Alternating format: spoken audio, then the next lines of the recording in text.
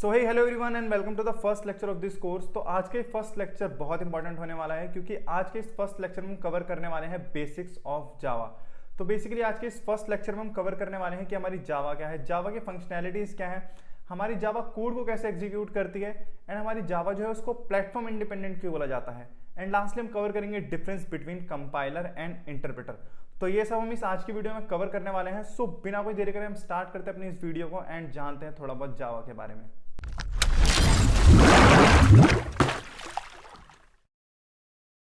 So now what is Java. Java क्या है? Java is a programming language. ठीक है, प्रोग्रामिंग लैंग्वेज ही तो है, बट क्या ये इनफ है जावा को एक्सप्लेन करने के लिए? क्योंकि प्रोग्रामिंग लैंग्वेजेस तो हमारे पास काफी सारी है, बट अगर हमें सिर्फ पर्टिकुलरली जावा को डिफाइन करना हो तो वो हम कैसे करेंगे? देन हम जावा को डिफाइन करेंगे विद इट्स फंक्शनैलिटीज।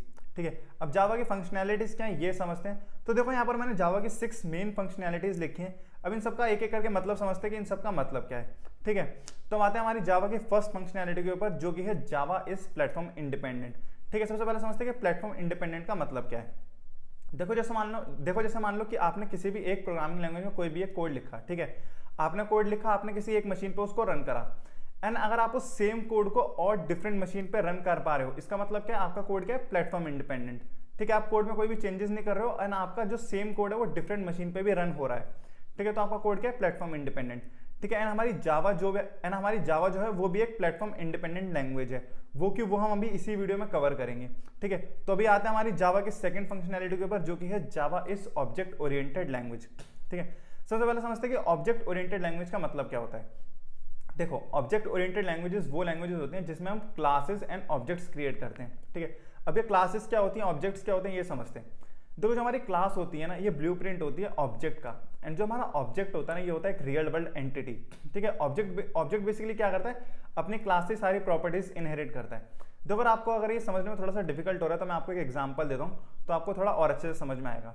ठीक है, जैसे मान लो अगर आपने कभी भी किसी एक आर्किटेक्चर को देखा होगा तो वो क्या करते हैं? एक रियल हाउस, एक एक्चुअल हाउस बनाने से पहले क्या करते हैं? उसका ब्लूप्रिंट बनाते हैं। ठीक है, तो जो ये हाउस का ब्लूप्रिंट होता है ना, इसको हम क्या कह सकते हैं कि ये क्लास है। ठीक है, एंड फिर उस मैप को देख के, उस ब्लूप्रिंट को देख के जो एक रियल हाउस बनाया जा रहा है वो क्या होता है? एक ऑब्जेक्ट, जो कि क्या कर रहा है? अपनी क्लास से क्या कर रहा है? प्रॉपर्टीज इनहेरिट कर रहा है। ठीक है, तो ये होती है ऑब्जेक्ट ओरिएंटेड प्रोग्रामिंग।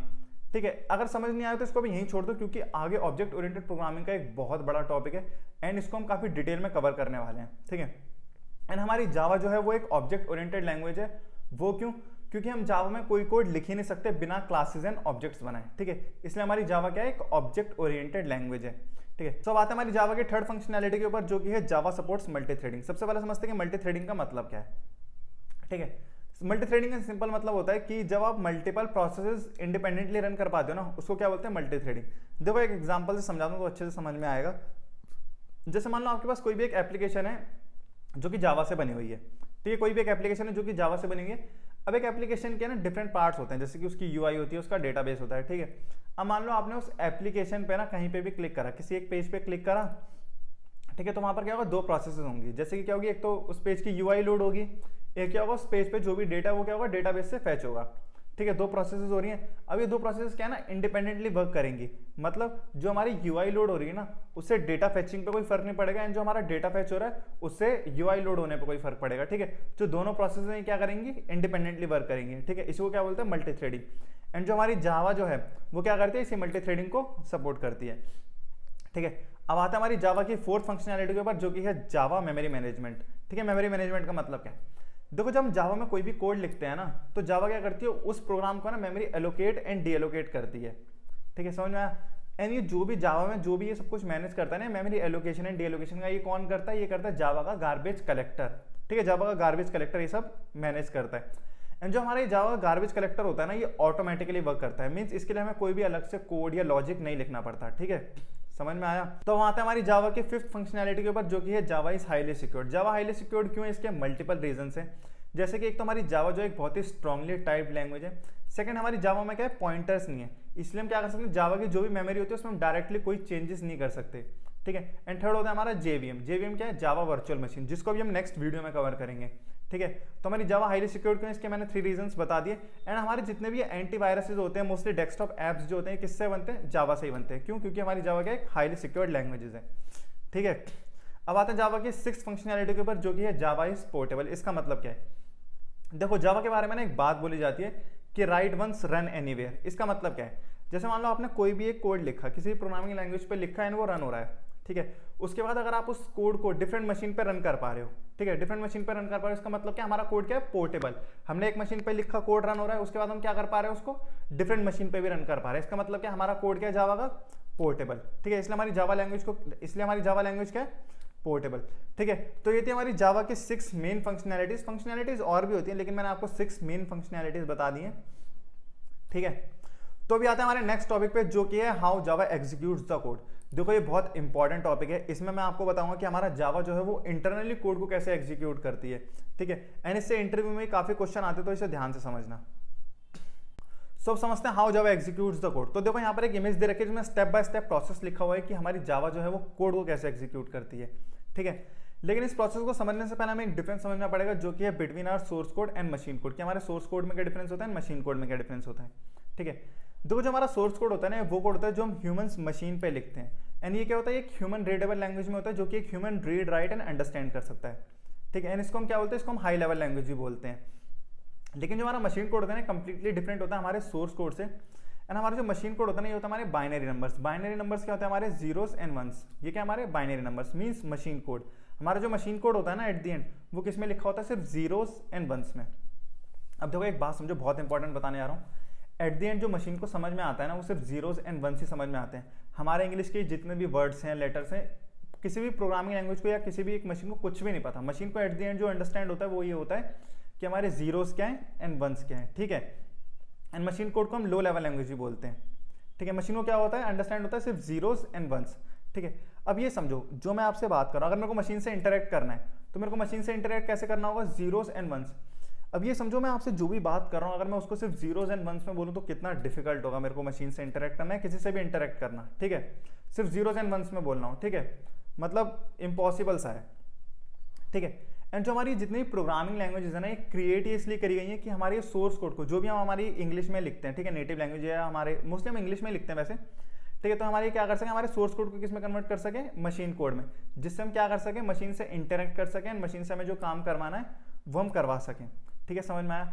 हमारी जितनी प्रोग्रामिंग लैंग्वेज है ना, ये क्रिएट इसलिए करी गई है कि हमारे सोर्स कोड को किस में कन्वर्ट कर सकें, मशीन कोड में, जिससे कि हम क्या कर सकें, मशीन से इंटरेक्ट कर सकें, ठीक है। समझ में आया। अब समझते हैं स्टेप बाय स्टेप प्रोसेस क्या है कि हमारी जावा इंटरनली कोड को कैसे एग्जीक्यूट करती है, ठीक है। अब एक चीज़ और समझो कि हमारी जितनी प्रोग्रामिंग लैंग्वेजेस होती है ना, वो क्या होती हैं, या तो वो कंपाइलर बेस्ड होती हैं, तो इंटरप्रेटर बेस्ड होती हैं। अब कंपाइलर क्या होता है, इंटरप्रेटर क्या होता है, ये अभी हम इस वीडियो के एंड में कवर करेंगे, ठीक है। अब ये समझते हैं कि जावा में कोड कैसे इंटरनली एग्जीक्यूट हो रहा है। देखो जो स्टार्टिंग होती है ना, होती है हमारे सोर्स कोड से, ठीक है, जो हम मशीन पे लिखते हैं। एंड जो हमारा ये सोर्स कोड होता है, इसका फाइल एक्सटेंशन क्या होता है, वो होता है डॉट जावा, ठीक है। एक्सटेंशन का मतलब क्या है वो भी समझो। देखो जैसे मान लो अगर आपने कभी भी कोई भी एक म्यूजिक फाइल देखी होगी, तो उसमें क्या रहता है, लास्ट में .mp3 लिखा रहता है, वीडियो के लास्ट में .mp4 लिखा रहता है, ये किसी इमेज के लास्ट में क्या लिखा रहता है, .jpg .png। तो ये सब क्या होता है, फाइल एक्सटेंशन होते हैं, ठीक है। ऐसे हमारी जो जावा का सोर्स कोड होता है, इसका फाइल एक्सटेंशन क्या होता है, .java, ठीक है। एंड अब हमारी जावा जो है ना, ये कंपाइलर बेस्ड लैंग्वेज है, ठीक है। और हमारे जावा का जो कंपाइलर होता है, उसका नाम क्या होता है, जावासी, ठीक है।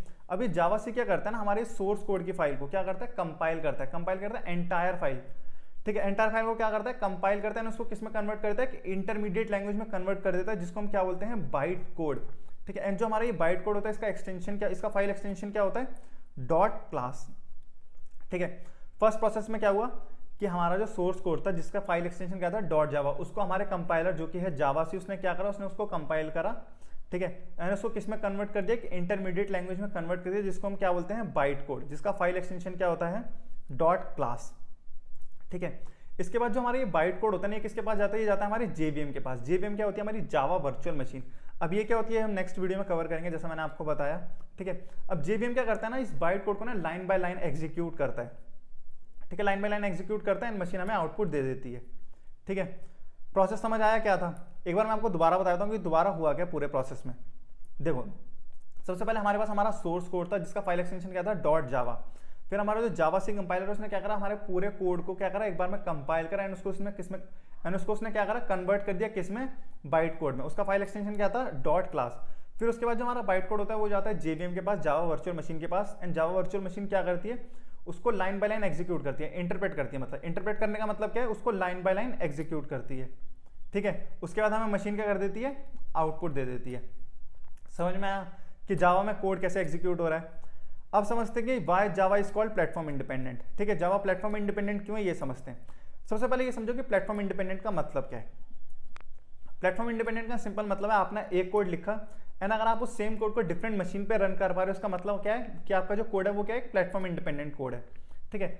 अब एक चीज समझो, जब मैं बोलता हूँ ना डिफरेंट मशीन का मतलब क्या है। देखो डिफरेंट मशीन का सिंपल सा मतलब ये है कि जो भी मशीन डिफरेंशिएट होती है ना, मशीन को डिफरेंशिएट किया जाता है on the basis of their operating system, ठीक है। कहीं जाके ये मत बोल देना कि इसका प्रोसेसर अलग है, इसकी रैम अलग है, तो क्या है, ये अलग मशीन है, ये अलग मशीन है। मशीन हमेशा डिफरेंशिएट की जाती है on the basis of their operating system.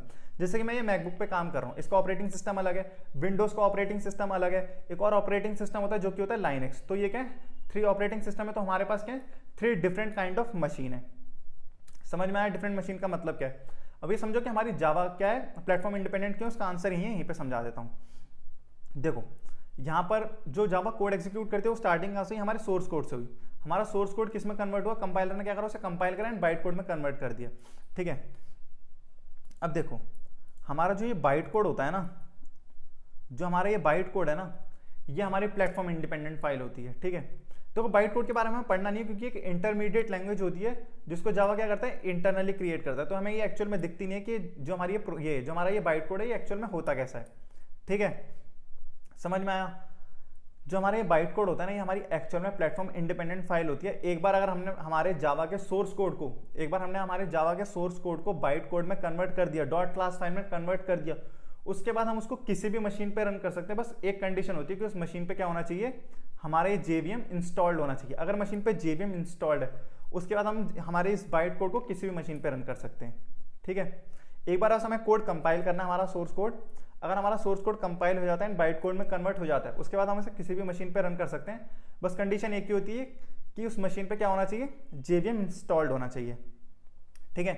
तो मतलब समझ आया कि हमारी जावा प्लेटफॉर्म इंडिपेंडेंट क्यों है, ठीक है। तो अब आते हैं हमारे लास्ट टॉपिक के ऊपर जो कि है difference between compiler and interpreter, ठीक है।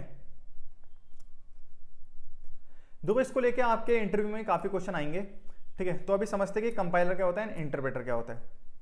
सबसे पहले एक चीज समझो कि हम इन दोनों को डिफरेंशिएट क्यों कर रहे हैं। हम इन दोनों को डिफरेंशिएट इसलिए कर रहे हैं क्योंकि काम दोनों एक ही करते हैं। क्या करते हैं, हमारी हायर लेवल लैंग्वेज को किस में कन्वर्ट करते हैं, लोअर लेवल लैंग्वेज में, ठीक है। मीन्स हमारे सोर्स कोड को क्या कर रहे हैं, मशीन कोड में कन्वर्ट कर रहे हैं, ठीक है। काम दोनों का सेम है लेकिन दोनों के क्या है, तरीके डिफरेंट है, ठीक है। तो अब ये समझते हैं कि कंपाइलर कैसे काम करता है, इंटरप्रेटर कैसे काम करता है। देखो जो हमारा कंपाइलर होता है ना, जैसे मान लो आपने किसी भी एक प्रोग्रामिंग लैंग्वेज में 10 लाइन्स ऑफ कोड लिखा, ठीक है। कंपाइलर क्या करता है ना, इस पूरे कोड को ना एक बार में कंपाइल करता है। कंपाइल करने का मतलब क्या है कि हमारे इस कोड को क्या करता है, ट्रांसलेट करता है किसमें, मशीन कोड में। एंड जब हमारे इस पूरे कोड को, हमारे सोर्स कोड को क्या करता है, पूरे मशीन कोड में ट्रांसलेट करता है। फिर हमारा जो मशीन कोड होता है ना, ये मशीन कोड, ठीक है, ये क्या होता है, ये जाता है फिर ये जाता है CPU के पास एग्जीक्यूट होने के लिए, ठीक है। एक बात हमेशा ध्यान रखना, हमारा जो कंपाइलर है ना, ये सिर्फ हमारे सोर्स कोड को ट्रांसलेट करता है किसमें, मशीन कोड में, एग्जीक्यूट नहीं करता। एग्जीक्यूट कौन करता है, इसे एग्जीक्यूट करता है हमारा CPU हार्डवेयर, ठीक है। लेकिन जो इंटरप्रेटर होता है, इंटरप्रेटर में देखो, इंटरप्रेटर में क्या होता है, जैसे मान लो आपने किसी भी एक इंटरप्रेटर बेस्ड लैंग्वेज में 10 लाइन्स ऑफ कोड लिखा, ठीक है। इंटरप्रेटर क्या करता है ना, कोड को ना लाइन बाय लाइन एग्जीक्यूट करता है। एग्जीक्यूट करने का मतलब क्या, ये समझो। देखो इंटरप्रेटर क्या करेगा, पहले इस लाइन को लेगा, है ना, लाइन बाय लाइन कर रहा है ना, इस लाइन को पकड़ेगा ना, इस लाइन को पहले मशीन कोड में कन्वर्ट करेगा, ठीक है। एंड फिर इसको क्या कर देगा, इसको ना यहीं एग्जीक्यूट एंड रन कर देगा, ठीक है। एग्जीक्यूट एंड रन इसको ना यहीं पे कर देगा। एक बात समझो, कंपाइलर ने क्या करा, सिर्फ ट्रांसलेट करा है। एंड जो कोड एग्जीक्यूट एंड रन हुआ है वो किसके द्वारा हुआ है, CPU के द्वारा। लेकिन इंटरप्रेटर क्या करता है, ये पूरा काम खुद ही कर देता है। क्या करता है, एक लाइन पकड़ता है, उसको मशीन कोड में कन्वर्ट करता है, उसको वहीं डायरेक्टली वहीं पर क्या कर देता है, एग्जीक्यूट एंड रन करता है। मतलब समझो, इंटरप्रेटर क्या कर रहा है, पूरा काम खुद ही कर दे रहा है, लेकिन कंपाइलर क्या कर रहा है, सिर्फ ट्रांसलेट कर रहा है। जो हमारा मशीन कोड है वो किससे एग्जीक्यूट एंड रन हो रहा है, बाय CPU, ठीक है। तो ये हमारा first difference between compiler and interpreter, ठीक है। तो सेकंड डिफरेंस समझते हैं। तो एक एग्जांपल से समझेंगे। जैसे मान लो आपके पास 10 बुक्स हैं, उनको क्या करना है, आपको एक जगह से दूसरी जगह रखना है, ठीक है। अभी सिचुएशन में कंपाइलर क्या करेगा, इंटरप्रेटर क्या करेगा। देखो कंपाइलर क्या कर रहा है, पूरे कोड को एक बार में कंपाइल करता है। तो कंपाइलर क्या करेगा, 10 की 10 बुक्स उठाएगा, एक जगह से दूसरी जगह रख देगा। लेकिन इंटरप्रेटर क्या करेगा, लाइन बाय लाइन करेगा। समझ रहे हो, लाइन बाय लाइन करेगा। तो ऑब्वियस सी बात है कि इंटरप्रेटर को क्या लगेगा, ज्यादा टाइम लगेगा एज कंपेयर टू कंपाइलर। ठीक है, तो इसलिए हमारा जो कंपाइलर होता है ना फास्ट होता है काफी एज कंपेयर टू इंटरप्रेटर, क्योंकि कंपाइलर ने क्या करा, एक बार में 10 बुक्स उठाई रख दी। इंटरप्रेटर क्या कर रहा है, लाइन बाय लाइन रख रहा है, एक एक करके रख रहा है। ठीक है, इसलिए हमारा कंपाइलर जो होता है वो फास्ट होता है एज कंपेयर टू इंटरप्रेटर। ठीक है, थर्ड डिफरेंस समझते हैं। ठीक है, कंपाइलर ने क्या करा, पूरी 10 की 10 बुक्स एक बार में उठाई, दूसरी जगह रख दी। तो ऑब्वियस सी बात है कंपाइलर को क्या लगा होगा, ज्यादा एनर्जी लगी होगी, ज्यादा पावर लगी होगी। ठीक है, इसलिए जो हमारा कंपाइलर होता है ना, इसको ज्यादा मेमोरी की रिक्वायरमेंट होती है जब कोड को क्या करता है, कंपाइल करता है एज कंपेयर टू इंटरप्रेटर।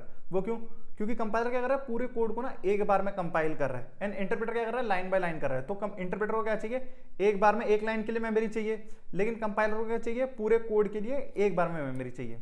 ठीक है, इसलिए हमारा जो हमारा कंपाइलर होता है, जब वो कोड को कंपाइल करते हैं तो उसको क्या होता है, ज्यादा मेमोरी की रिक्वायरमेंट होती है एज कंपेयर टू इंटरप्रेटर। ठीक है, समझ में आया। अब आता है फोर्थ डिफरेंस के ऊपर। देखो, जो हमारे सम कंपाइलर्स होते हैं ना, नॉट ऑल कंपाइलर्स, लेकिन हमारे जो कुछ प्रोग्रामिंग लैंग्वेजेस के कंपाइलर होते हैं ना, वो क्या करते हैं कि इंटरमीडिएट कोड जनरेट करते हैं। लेकिन इंटरप्रेटर क्या होता है ना, वो इंटरमीडिएट कोड कभी नहीं जनरेट करता। जैसे देखो, हमने जावा में भी देखा। ठीक है, हमारे जावा में भी क्या हुआ, एक इंटरमीडिएट कोड जनरेट हुआ जिसको हम क्या बोल रहे हैं, बाइट कोड। ठीक है, लेकिन इंटरप्रेटर जो होता है ना, वो कभी भी एक इंटरमीडिएट कोड जनरेट नहीं करता। ठीक है, तो ये था फोर्थ डिफरेंस। हमारे जो सब कंपाइलर नहीं करते काम, कुछ ही कंपाइलर करते हैं। ठीक है, जैसे जावा में हो रहा है, जैसे हमारी C++ एक लैंग्वेज है। ठीक है, C++ भी क्या है, एक कंपाइलर बेस्ड लैंग्वेज है, लेकिन उसमें क्या होता है, एक इंटरमीडिएट कोड नहीं जनरेट होता। ठीक है, जावा में होता है। इंटरप्रेटर क्या करता है, कभी भी किसी एक इंटरमीडिएट कोड को जनरेट नहीं करता। ठीक है, ठीक है, तो अब एक डिफरेंस और समझो कि हमारा कंपाइलर कैसे एरर शो करता है, इंटरप्रेटर कैसे एरर शो करता है। ठीक है, जैसे मान लो आपने किसी भी एक कंपाइलर बेस्ड लैंग्वेज में क्या लिखा है, 10 लाइन्स ऑफ कोड लिखा। ठीक है, एंड एक इंटरप्रेटर बेस्ड लैंग्वेज में क्या लिखा, 10 लाइन्स ऑफ कोड लिखा। ठीक है, अब एक चीज और समझो कि हमारे ना इस कोड के ना इन 3 लाइन्स में एरर है, इसमें एरर है, इसमें एरर है, इसमें एरर है, और इसमें यहां पर एरर है, यहां पर एरर है, यहां पर एरर है। ठीक है, अब देखो, जब इसे कंपाइलर कंपाइल करेगा तब इसमें कैसे एरर शो करेगा, एंड जब इंटरप्रेटर इसे एग्जीक्यूट करेगा इस कोड को, तब कैसे एरर शो करेगा। ठीक है, वो समझते हैं। देखो, कंपाइलर क्या करता है ना, हमारे पूरे कोड को एक बार में कंपाइल करता है। ठीक है, इसलिए हमारे जो कंपाइलर होते हैं हमें सारे एरर्स है ना एक ही बार में बता देता है। जैसे इसमें क्या है, हमारे इस कोड में 3 एरर्स हैं, एंड किस किस लाइन में ना वो भी बता देगा हमें। ठीक है, कंपाइलर ने क्या करा, सारे एरर्स एक बार में बता दिए, एंड किस किस लाइन में एरर थे वो ही बता दिए। एक चीज समझो, हमारे कंपाइलर में ना, हमारा कंपाइलर कोड को तब तक एग्जीक्यूट नहीं करता जब तक उसमें कोई भी एरर है। जब हमारे कोड में कोई भी एरर नहीं होगा तभी हमारा कोड एग्जीक्यूट हो पाएगा कंपाइलर में। ठीक है, अब यहां समझो इंटरप्रेटर में कैसे होता है। इंटरप्रेटर क्या करता है, लाइन बाय लाइन उसको डायरेक्टली वहीं एग्जीक्यूट कर देता है कोड को हमारे। ठीक है, ये कोड है।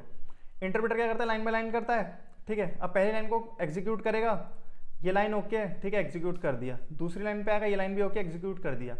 अब ये समझो, जब इस लाइन पे आएगा तब क्या होगा, इस लाइन में एरर है तो यहाँ पर है ना आपको एरर शो करेगा। ठीक है, यहाँ पर एरर शो करेगा, और इंटरप्रेटर क्या होगा ना, यहीं पर रुक जाएगा। एरर शो करने के बाद क्या करेगा, यहीं पर रुक जाएगा, और नीचे आपके कितने एरर हैं पता ही नहीं चलेगा। ठीक है, एक चीज समझो, ऊपर की जो 2 लाइन है वो कंप्लीटली एग्जीक्यूट हो चुकी है, इनको दोबारा एग्जीक्यूट करने की जरूरत नहीं है। ठीक है, जब थर्ड लाइन पे आया, इंटरप्रेटर ने क्या करा, एरर शो कर दिया, क्योंकि लाइन में एरर था, एंड इंटरप्रेटर क्या होगा, वहीं पर रुक जाएगा, नीचे कभी जाएगा ही नहीं, नीचे आपको पता चलेगा ही नहीं कि आपके कोड में और कितने एरर्स हैं। ठीक है, फिर आप क्या करोगे, इस एरर को ठीक करोगे। ठीक है, इंटरप्रेटर दोबारा चलना स्टार्ट होगा। ठीक है, फिर क्या होगा, इस लाइन पे आएगा ओके, फिर इस लाइन पे आएगा, आपको दोबारा एरर शो कर देगा, एरर शो कर देगा, यहीं रुक जाएगा। फिर आपको दोबारा नीचे नहीं पता चलेगा कितने एरर्स हैं। ठीक है, आप इसको भी ठीक करोगे, फिर इस लाइन पे आएगा ओके, इस पे आएगा तो आपको दोबारा एरर शो कर देगा, आप इसको ठीक करोगे, फिर ओके, इसको एग्जीक्यूट करेगा, इसको एग्जीक्यूट करेगा, इसको एग्जीक्यूट करेगा, इसको एग्जीक्यूट करेगा। ठीक है, मेन डिफरेंस समझ में आया कि कंपाइलर कैसे एरर शो करता है, इंटरप्रेटर कैसे एरर शो करता है। देखो, कंपाइलर में कोड तब तक एग्जीक्यूट नहीं होता जब तक उसमें कोई भी एरर है। जब अगर उसमें कोई भी एरर नहीं होगा तब जाके कोड एग्जीक्यूट होता है, लेकिन इंटरप्रेटर में ऐसा नहीं हो रहा। इंटरप्रेटर ने क्या करा, इंटरप्रेटर डायरेक्टली एग्जीक्यूट करता जाता है, दोबारा एग्जीक्यूट करने की जरूरत नहीं होती, भले ही चाहे उसमें कोड में कितने भी एरर्स हों। ठीक है, इस लाइन में एरर नहीं था, ये कंप्लीटली एग्जीक्यूट हो चुकी है, इसको दोबारा एग्जीक्यूट करने की जरूरत नहीं है। ठीक है, फिर नीचे आएगा, जहां एरर आता है वहां पर रुक जाता है इंटरप्रेटर। ठीक है, तो समझ में आया कि कंपाइलर में कैसे एरर शो हो रहे हैं, इंटरप्रेटर में कैसे एरर शो हो रहे हैं।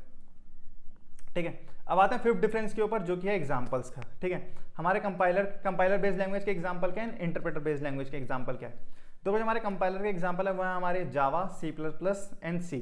ठीक है, एंड जो हमारे इंटरप्रेटर बेस्ड लैंग्वेज के एग्जांपल है वो है पाइथन एंड जावास्क्रिप्ट। ठीक है, एक चीज और समझो, बहुत इंपॉर्टेंट बता रहा हूँ। तो जो हमारी जावा जो है ना वो एक्चुअली बोथ है, कंपाइलर बेस्ड लैंग्वेज भी है एंड इंटरप्रेटर बेस्ड लैंग्वेज भी है। वो कैसे, देखो हमारा जो कोड था ना, ये जो हमारा सोर्स कोड था, पहले क्या हुआ, पहले यहाँ कंपाइल हुआ, फिर यहाँ पर क्या हुआ इंटरप्रेटर, फिर क्या हुआ यहाँ पर इंटरप्रेट भी हुआ। समझ में आया। तो जावा में एक्चुअल में जो प्रोसेस हो रही है वो बोथ हो रही है, कंपाइलर बेस्ड भी हो रहा है एंड इंटरप्रेटर बेस्ड भी हो रहा है। ठीक है, इसलिए हमारी जावा को है ना, देखो जावा को एक्चुअल में बोला कंपाइलर बेस्ड लैंग्वेज ही जाता है, लेकिन इंटरनली प्रोसेसेस दोनों होते हैं, कंपाइलर बेस्ड भी होता है इंटरप्रेटर बेस्ड भी होता है। ठीक है, समझ में आया।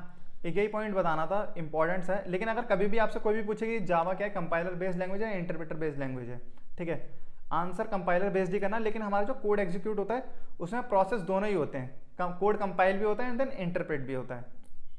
समझ में आया। तो ये था हमारा difference between compiler and interpreter. तो वीडियो अच्छी लगी तो वीडियो को लाइक करें and don't forget to subscribe this channel and always check out the link in the description, क्योंकि मैं आपको सब कुछ प्रोवाइड कराने वाला हूँ, from notes, PDF to question paper, सब कुछ आपको इसी चैनल पे मिल जाएगा। आपको इस चैनल से बाहर जाने की जरूरत नहीं पड़ेगी। ठीक है, तो हम मिलते हैं नेक्स्ट वीडियो में, जिसमें मैं आपको पढ़ाऊंगा आर्किटेक्चर ऑफ जावा, जिसमें हम कवर करेंगे जेडीके, जेआरई एंड जेवीएम।